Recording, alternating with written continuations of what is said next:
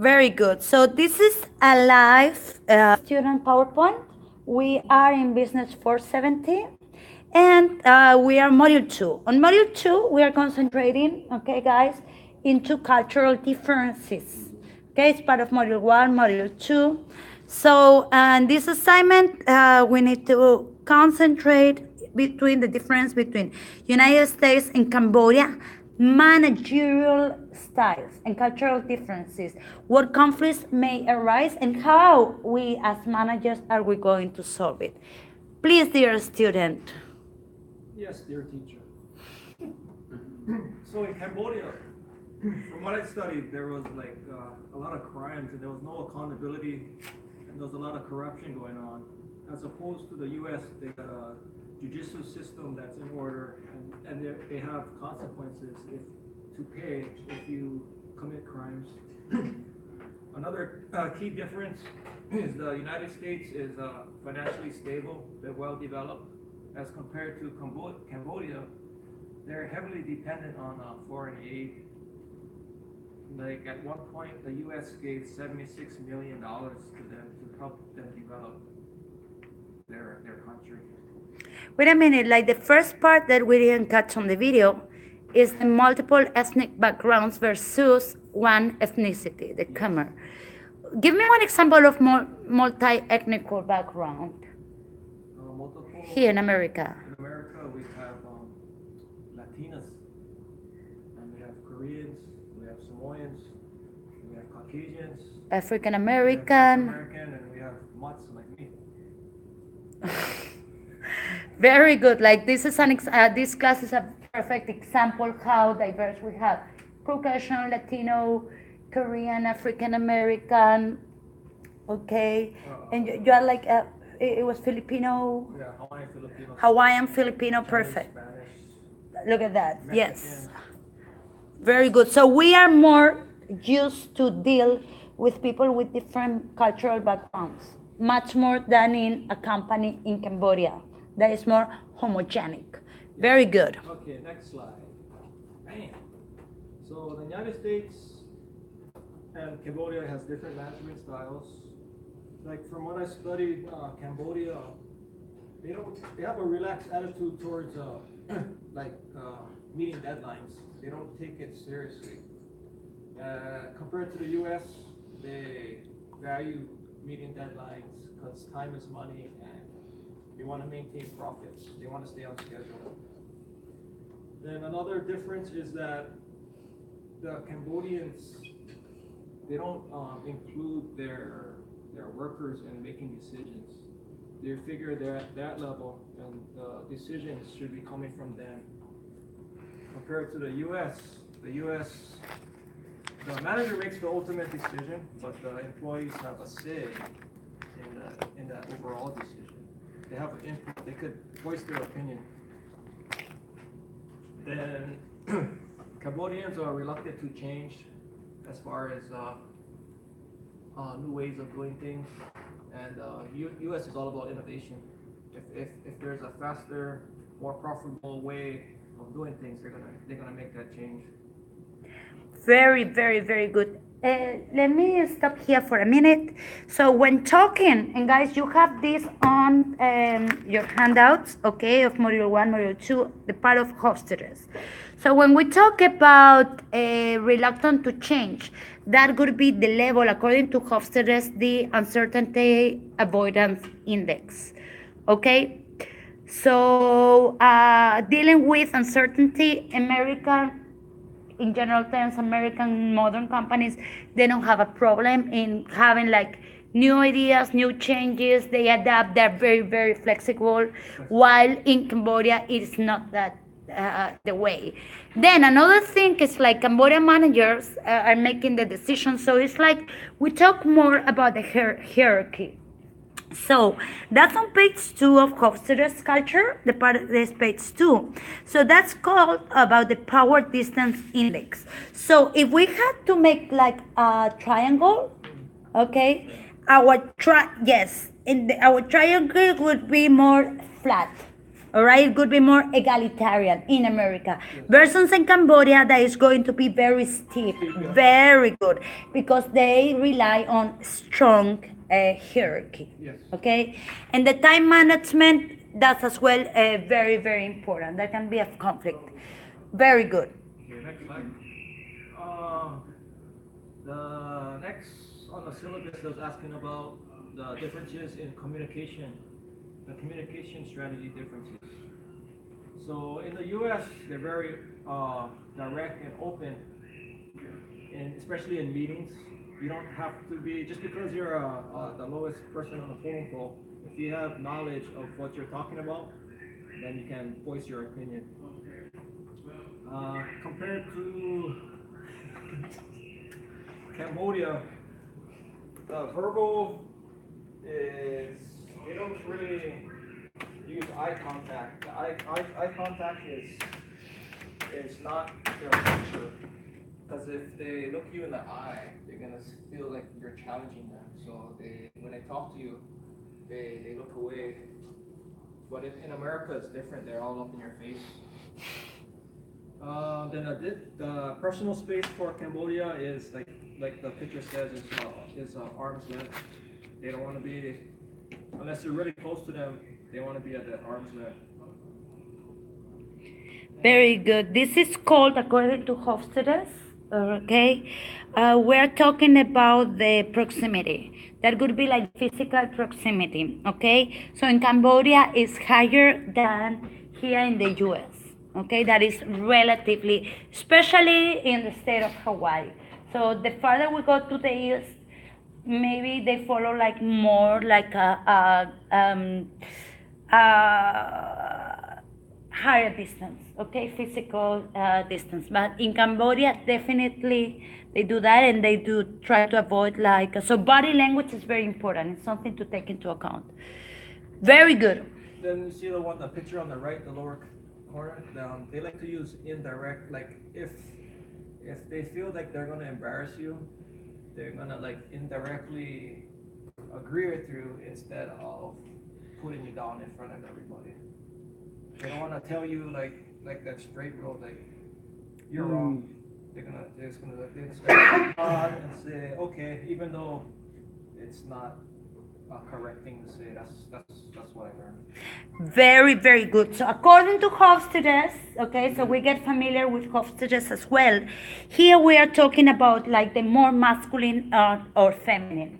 So Cambodia in that sense, even though it's a more like male chauvinist society market, okay, it's feminine in the sense of Confucianism. It's like about respect, and showing respect is not in your face. Conflict. It's not a No. conflict-oriented society. Very good. They try to avoid conflict. Very good. Nice. Okay, so potential conflict with management is managing employees because in Cambodia, with all that corruption, they have trafficking in persons, money laundering, murder. So it'd be hard to manage that when you're accustomed to the U.S. way. When you do crimes, and of course you'll get locked up. But in Cambodia, they just like slap you on the wrist and like kind of like this cartoon. They just you committed murder and just release you. Especially if it's coming from the government, like them, the mafia. It's different. That's a potential conflict number one. Then number two is since Cambodia has to do with communication, since they don't have no eye contact, it's hard to pick up on the non-verbals, and non-verbals account for over 55% of the actual communication. So you actually,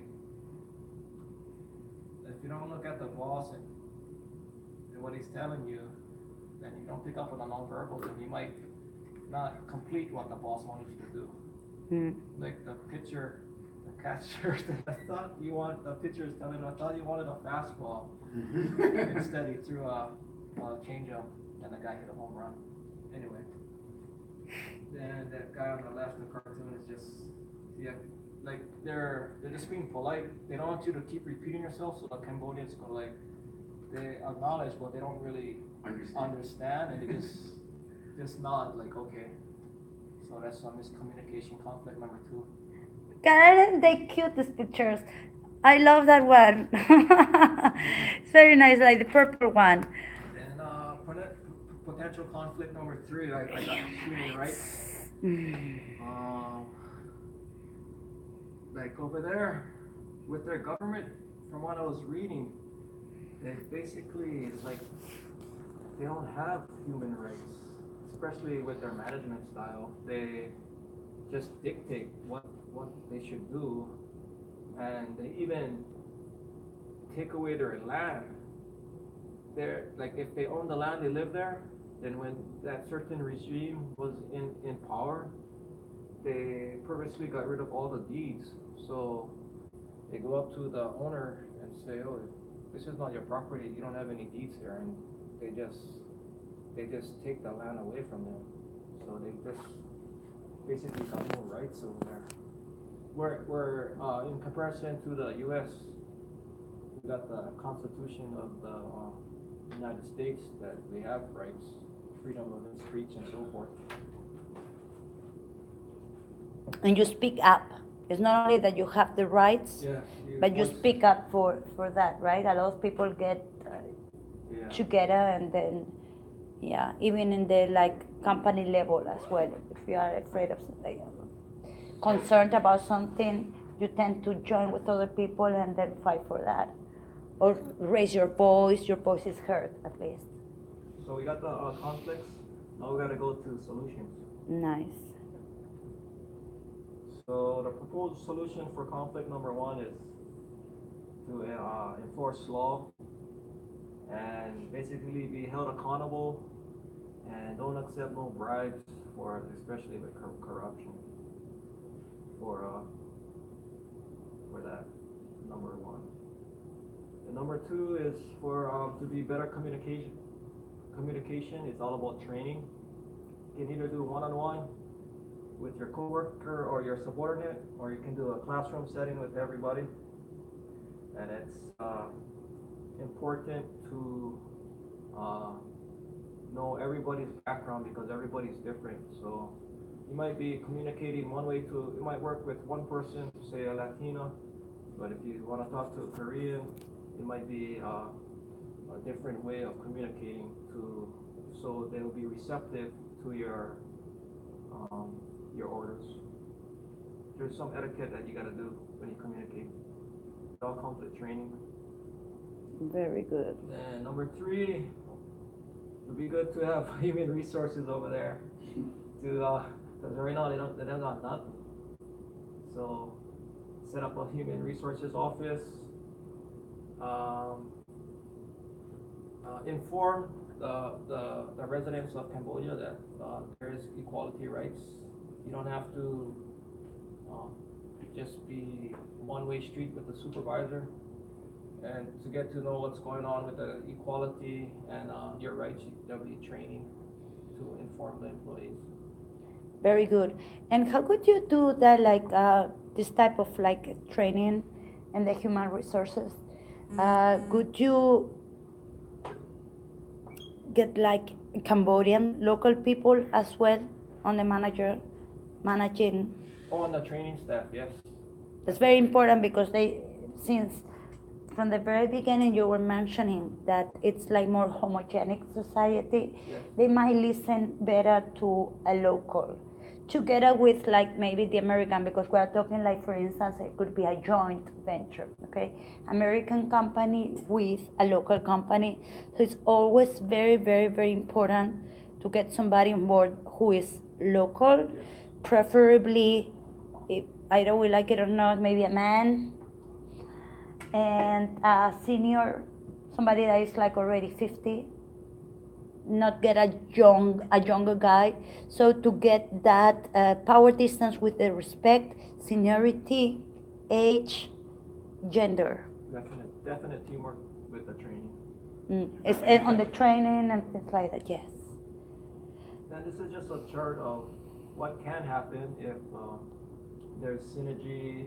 You're bridging the cultural barriers. You're meshing together. and you can input your personal attributes to contribute to the team concept. And there's professor's favorite word up there. It's hostess. Hostess. Cultural dimension. Well, yeah, take into account like people like him, okay, who are experts. Yeah, and that's all it can be, a more synergistic society and be more productive. And that's just my references. Wonderful. Yeah, I said, how Thank are we gonna you. top that? Wow. How are we gonna top that? Easy. Okay.